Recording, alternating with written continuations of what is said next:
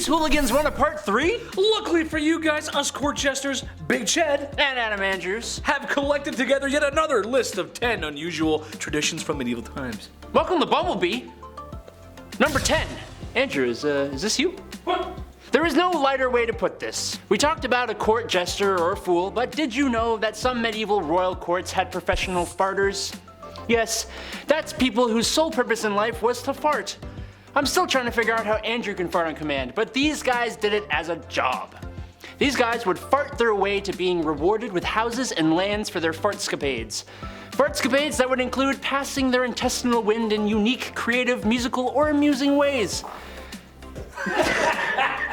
I wonder if the mic picked that up. This quote I found from St. Augustine in City of God says, these talented individuals had, quote unquote, such a command of their bowels that they can break wind continuously at will so as to produce the effect of singing. The most famous of the medieval flatulists, no that's not a joke, that's actually what they're called, was Roland the Farter from Hemmingstone Manor in the county of Suffolk, England. In the 12th century, who could shoot water up to 5 feet. He could squirt water out of his bum while farting. Ready? Want some water? Number 9, arranged marriages. Today, the marriage industry makes millions every year. Flowers, design, and of course, the bridal dresses. It's a good business, especially once the weather starts to warm up. You got options today, ladies. Sleeves or no sleeves, veil or no veil, and thousands of other dress designs that I simply just don't understand. But the beauty of it all is that you get to marry the man of your dreams. Hi. I'm not the man of their dreams, let's be honest. Or at least the best smelling one in your social circle. Definitely not me. However, for the ladies of the past, they sometimes didn't get to pick their man as her family or royal court would. A lot of marriages, especially on the high-ups, were often more of a political move than that of a romantic one. Sure, marrying for an alliance sounds cool, but man, dinner time would be like a blind date every night. That's just super awkward. So like where are you from? What's going on? Yeah. Number 8. Keys to the city. You know when people say that someone got the keys to the city as a way of saying that person can do whatever they want? Well, that came from the medieval times. You see, back in ye olden times, if you lived in a walled city, when nighttime hit, they locked those gates up tight. Don't want some slimy bandits, enemy soldiers, or unwanted flatulists coming and going in the city in the dead of the night. Someone who was particularly well liked or who had done something noteworthy to gain the respect, trust, and admiration of the people would be given a key to the city, giving them the free reign to come and go as they please. We actually still do this, but obviously most cities don't really have walls anymore, so it's more of a symbolic thing, like, hey, you're great, have this little key that opens literally nothing. You're welcome. Number 7, graveyards. If you're like me, then you've seen enough zombie movies to know that hanging around a graveyard is the last place you want to be. It's their spawn point, duh. And every time you drive by a graveyard, you think to yourself, some zombie related thoughts, but dare not tell anyone for fear of sounding like a weird guy for talking about zombies rising out of the graves because it's sunny out and that just sounds like a Tale from the Crypt episode. Well, medieval people didn't have fears of George A. Romero's movies or that weird corpse guy in Tales of the Crypt Keeper, as people like to hang out in the graveyards.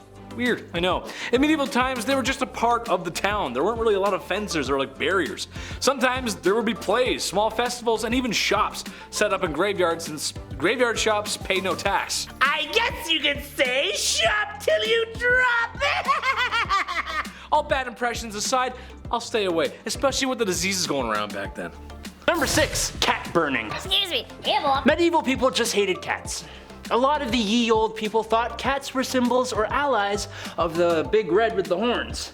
And yeah, they aren't the most pleasant of animals, but I love my cat. Yeah. Not that one.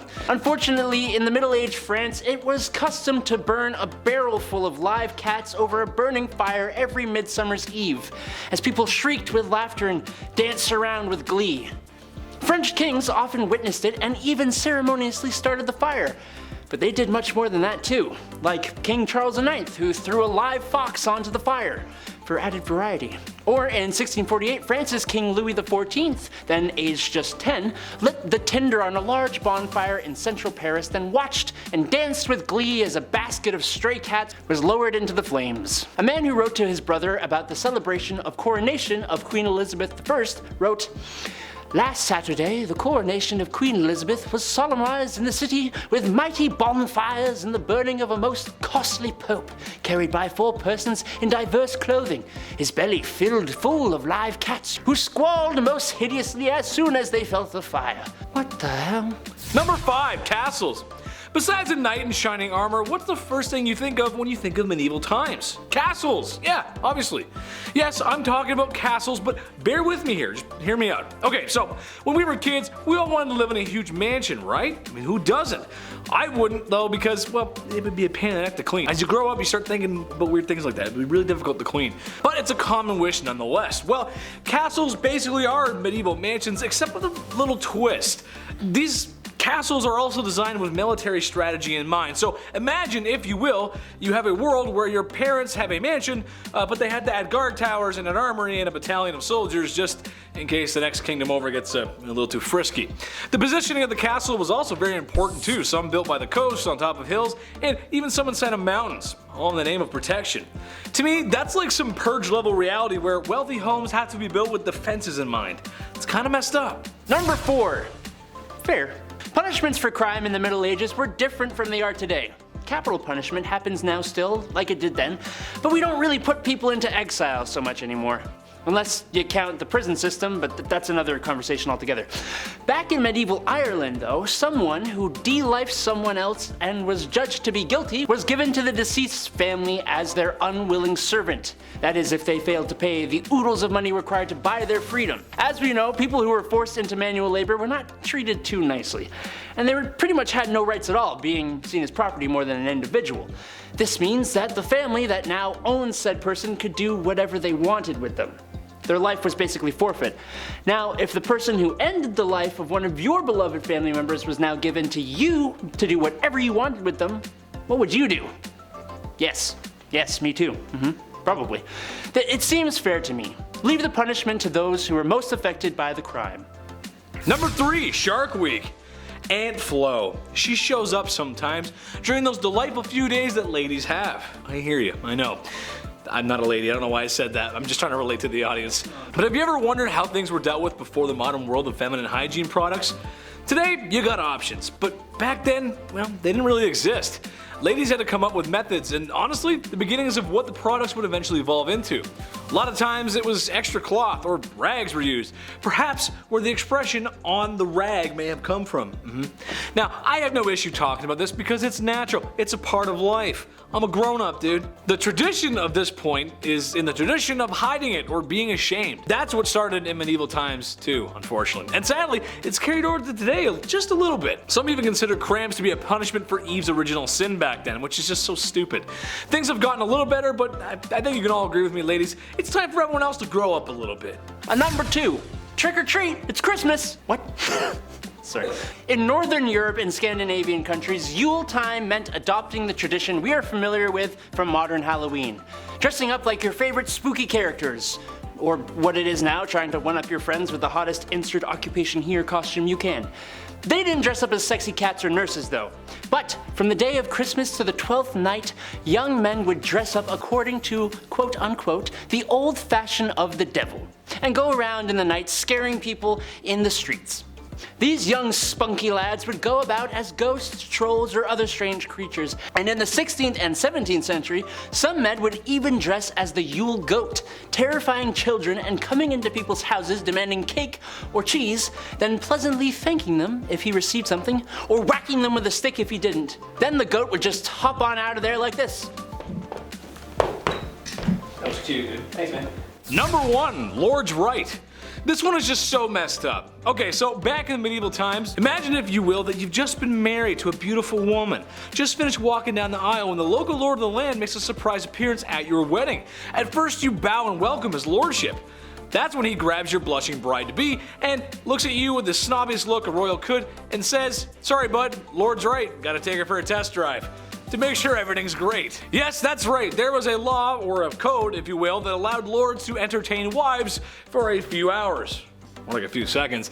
You must also imagine this is a time when speaking out against lords for doing so would not have bode well for you or your wife, so best just go along with the plan. That's gonna wrap it up for us today, guys. Make sure to like, comment, and subscribe here at Bumblebee. Yes, and if you too want to take us for a test drive, then check out our socials somewhere down below. Yeah, do that. I've been Adam Andrews. I've been your host, Big Chetty. Toodles. I've been at. God damn it! Stop! Then he got goat. What? What are you laughing about? Oh, here. I told Taylor, he's like, bro, it's a classic Friday, spaghetti Chetty. Spaghetti Chetty, I love it. Chetty. Chetty spaghetti. Oh, so funny. Okay. Sigh. So why did I write sigh? I wrote sigh. Well, you get to marry the man of your dreams. Hi. I'm not the man of their dreams, let's be honest. At least you know. Yeah, true. You got a little something? No, I'm not. I almost got him. I got a fart brewing in me too. It's gonna be a good one. Yummy! Oh! Yummy! Okay, shut the f up, dude. Try to stop being so funny and charming. God damn it. Okay, just. Okay, it's not funny anymore. It's not. It's pretty funny actually. No, it's not funny. Okay, it's not funny. No. Thank you. That's actually a pretty good impression. I don't know why you said bad impression. I don't know. Cause you gotta put yourself down. Yeah. Bring yourself up and then like knock it down a few pegs. Okay. Oh. There it is. Number 5, castles. Just kidding. There was a little more.